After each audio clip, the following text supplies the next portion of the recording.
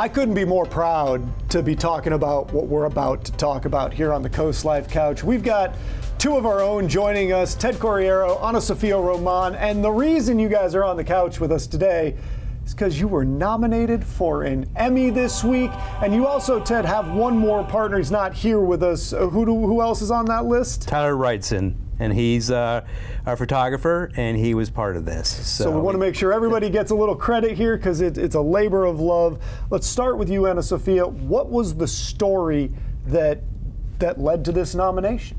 Well, Charlie, first of all, thank you so much for having us here. This story was about an Eastern pastor. He was detained by ICE over the summer. The story gained national coverage. People went out and protest, and people were asking for his release. We were in contact with the family. We were following all his steps through the detention system until he was finally released, and we were able to sit down with him exclusively, and he was able to talk about his experience while in detention. Why was this such an important story? And then we'll get into some of the other questions, but why did this immediately make it, in your mind, something worthy of not just covering, but covering at such a high level?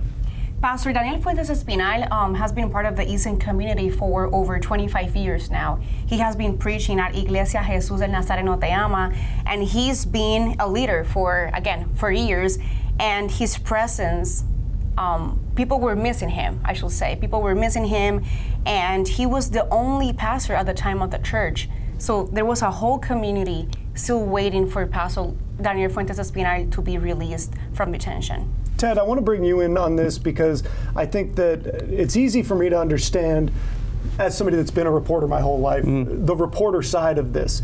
But you come in as doing photography, doing editing, and you know you've got an important story to work on. Does it change the pressure on you when you know that this is something that has a chance to be special, that has a chance to mean something? It absolutely changes the pressure.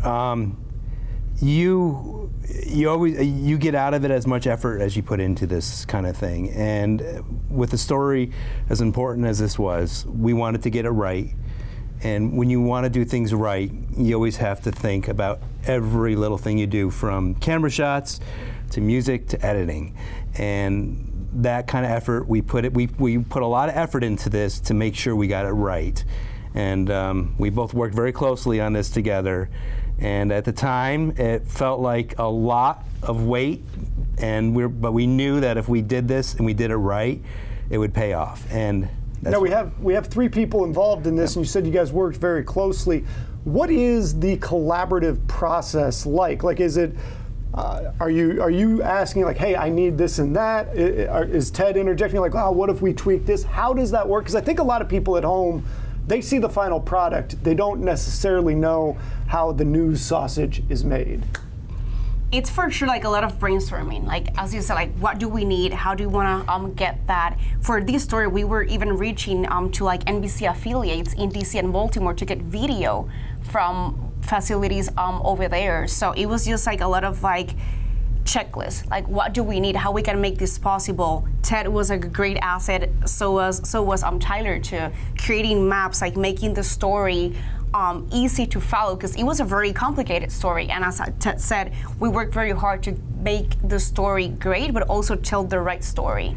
So we ended up doing like a series because we had a lot of information. So when it comes to like splitting down the information, what elements again do we need? Is it a map? Is it a full screen? You know, what people are gonna see on camera, on TV, to make sure that they're following the story. So it's a lot of like brainstorming. It's a process. Teamwork, for sure. And you have to trust the process, and everybody kind of finds their way and finds their place naturally as you go through, and especially since we've worked together for a while now. So I think we all we get that rhythm with each other. Now, I do have a question, because I believe you got nominated on the Telemundo side, correct?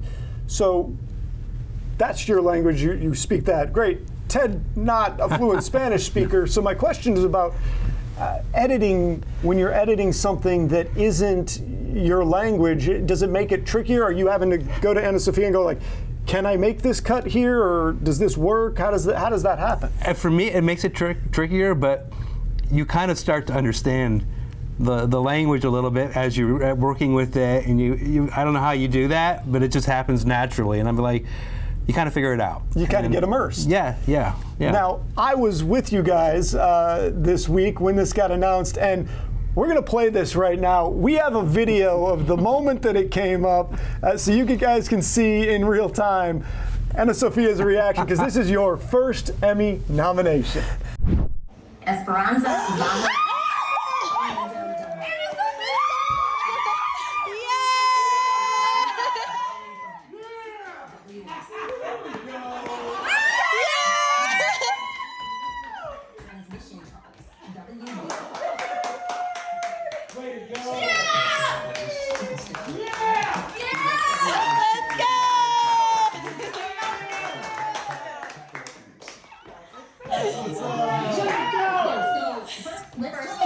That was my favorite part of that entire night.